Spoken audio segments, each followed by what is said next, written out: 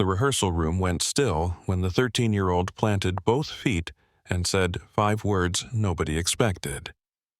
"I've been practicing something." 4 heads turned. Jermaine mid-harmony, Tito mid-chord, Marlon mid-towel, Jackie mid-stretch. 3 hours deep into rehearsal, and now this. Joe Jackson stood against the mirror, arms crossed, silent. The kind of silent that made the room smaller. "Practicing what?" Jackie asked. Michael didn't look up. "A spin, triple rotation, backward landing." Complete silence. Not the good kind. Joe's voice came low. "How many times have you done it?" 17. The number dropped like a stone. "Where?" "Downstairs, every night for 9 days, after everyone sleeps." Joe stepped forward. 2 steps. His shoes hit the wood floor like a gavel. "How many times did you fall?" Michael's jaw tightened. "Once. Once out of 17. Joe stopped 3 feet away. "That's a 6% failure rate. That's a 94% success rate." Joe circled him slowly, studying. "You want to add this 3 days before we tape Soul Train. Live broadcast, 12 million people watching." "Yes, sir. Show me." Michael walked to center floor. His brothers gave him space, more space than usual, like they were expecting something to break. He closed his eyes, controlled his breathing. 2 seconds in. Hold. 2 seconds out. Then he moved. First 3 steps were standard choreography. Clean, tight. The 4th step loaded the spring. The 5th step launched him into rotation. He exploded into spin so fast his body blurred. 1 full turn, 2, 3, arms locked to his core, head whipping to maintain spatial orientation. The speed built past what human bodies should sustain. Then he killed it. Dead stop. Dropped backward into a perfect slide, feet hitting floor in rhythm with a beat that wasn't even playing. He stopped, facing the mirror, breathing controlled. Nobody moved. Tito's mouth hung open. Marlon had forgotten he was holding his breath. Jackie's eyes tracked the physics of what he'd just witnessed like he was trying to solve an equation that didn't exist. Jermaine spoke first, voice barely above a whisper. "How?" Joe's expression hadn't changed. Stone. He walked closer, circled Michael once, twice, then again. Michael reset, this time faster. The spin came sharper. The landing hit harder. Again. 7 more times. Each one faster, each one cleaner. By the 5th repetition, his brothers had stopped watching casually. By the 7th, they were studying like their survival depended on understanding the physics. Joe raised his hand. "Stop." Michael stopped mid-step. 1 leg planted. Perfect balance. "That move," Joe said slowly, "violates every safety rule we have. It's not unsafe if you know what you're doing. You spin that fast, lose orientation for 1/10 of a second, you land on your neck, on live television. I won't lose orientation." Joe's voice dropped even lower. "You've done it 70 times. In a dark living room. Alone. On carpet." He stepped closer. "That stage will have lights. Cameras. 12 million people. Your brothers moving around you. The pressure will be 10 times what you felt downstairs at 2 in the morning." "I know." Joe held the stare.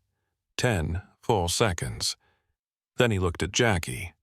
"Opinion?" Jackie exhaled slowly. "If he's done it 17 times, the physics work. Tito? It's insane, but it's clean." Joe turned back to Michael. 72 hours. We drill this 40 times. You fall even once, we pull it. Clear?" "Yes, sir." Joe walked to the door. Stopped, hand on the frame. Didn't turn around. That move have a name yet? Michael shook his head. Figure one out. If you land it Saturday, everyone's going to ask. The door clicked shut behind him.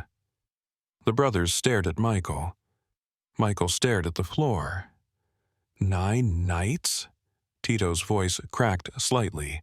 You've been doing that and didn't tell anyone? If I told you, you would have tried to stop me. Marlon shook his head. You're completely insane. Michael smiled, small. Probably. Over the next 72 hours, they rehearsed the new routine 42 times. Michael landed the spin 42 times. 0 falls. By the third day, the spin wasn't just part of the choreography. It was the moment everything else built toward.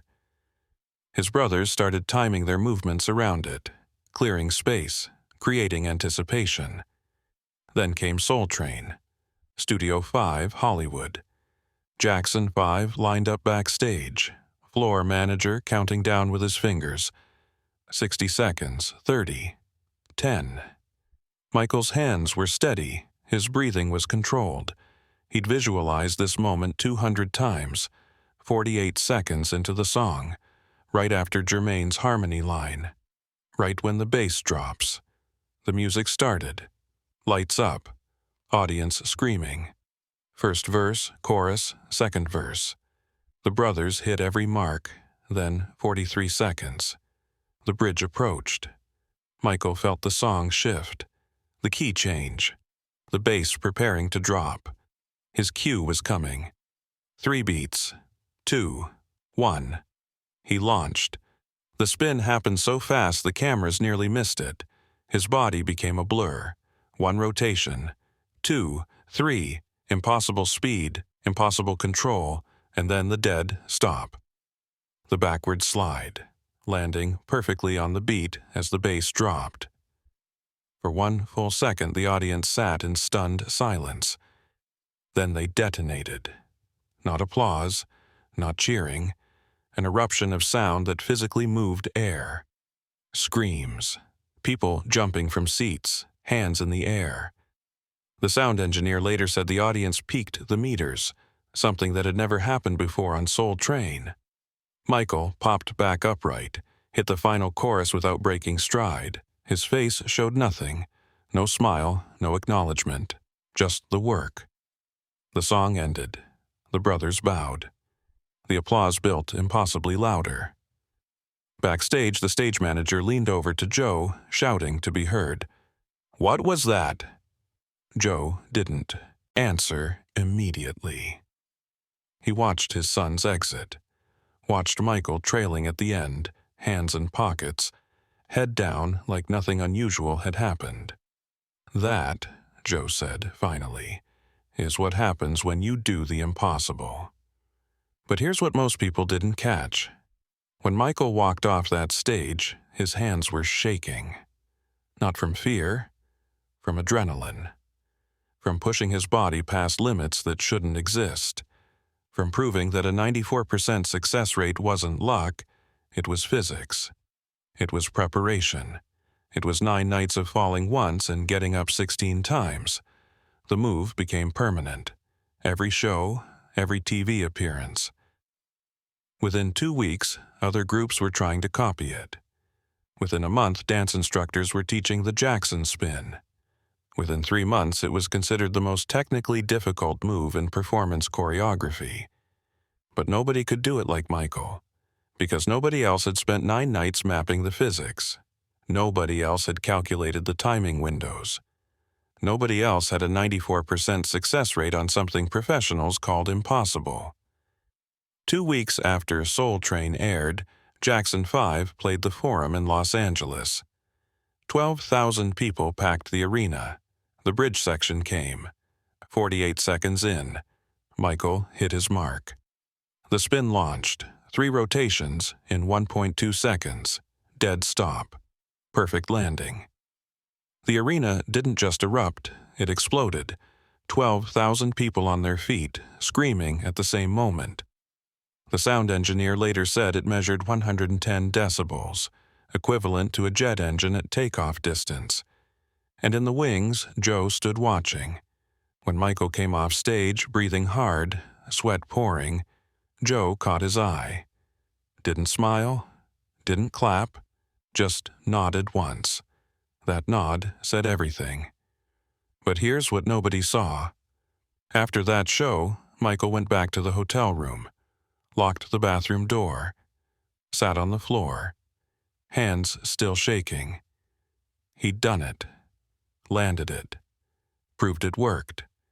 But he'd also felt something during rotation 3, a small pop, deep in his lower back. Nothing visible, nothing that stopped the landing, nothing that showed on his face during the final chorus. But it was there. He didn't tell anyone. Not his brothers, not Joe, not the tour manager who asked if he was okay when he walked off stage slower than usual. They had 12 more shows scheduled. The spin was permanent now. Expected. People were buying tickets specifically to see it. He did it 12 more times. Each time, the pop got louder in his head. The pain got sharper. By show 15, he could barely stand straight after landing. By show 20, he started modifying it. 2 rotations instead of 3. Slower, safer. Nobody in the audience noticed. The crowd still erupted. The moves still worked. The screams still came. But Michael knew. He'd pushed too far. 9 nights wasn't enough. 17 attempts wasn't enough to map the long-term damage. He'd proven it worked on national television, and now he was paying the price. Every single show. 3 months later, a doctor finally saw him, examined the lower back, ran tests, delivered the verdict. Stop the spin or risk permanent spinal damage. Michael stopped, replaced it with something safer. Different physics, different risks. The moonwalk came later, built on different principles, controlled, sustainable. But the triple spin, that stayed in 1973. 22 performances total, then retired. Joe never asked why Michael stopped doing it. Never brought it up. Never mentioned the move that had made headlines for 3 months straight. Because asking would mean admitting he'd let a 13-year-old gamble with physics nobody fully understood. And Michael never explained, never complained, never told anyone about the nights he couldn't sleep because his back felt like it was splitting in half. He just moved forward. Different moves, different performances, different risks. But sometimes, late at night in hotel rooms on tour, he'd stand in front of the mirror, close his eyes, feel the phantom rotation, the impossible speed. The moment he defied gravity and physics and every safety rule his father had ever taught him. The moment he won. And lost. The spin worked. It made history. It changed choreography forever. Dance instructors still teach modified versions of it today, 50 years later. But it also taught Michael something nobody talks about in the highlight reels. Sometimes, proving you can do the impossible costs more than the impossible is worth. He never did the triple spin again after those 22 shows. Not because he couldn't, because he'd already paid the price. And some prices, once paid, teach you not to pay them twice.